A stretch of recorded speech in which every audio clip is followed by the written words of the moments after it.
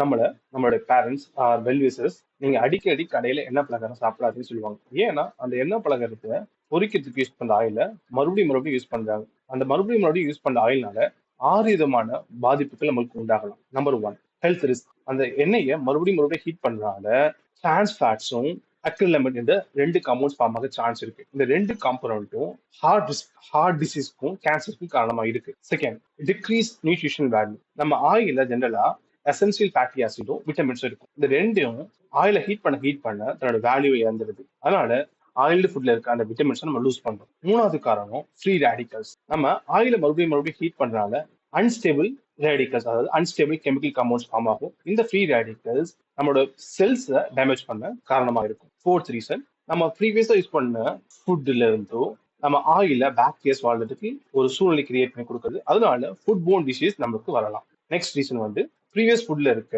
ஃபிளேவர்ஸும் அடர்ஸும் நம்ம எண்ணெயில அட்டாச் ஆகி அதை அடுத்து சமைக்கிற உணவோடு சேர்த்து வரலாம். இந்த லாஸ்ட் ரீசன், நம்ம ஆயில மறுபடியும் ஹீட் பண்ணால ஸ்மோக் பாயிண்ட் டிக்ரீஸ் ஆகுது.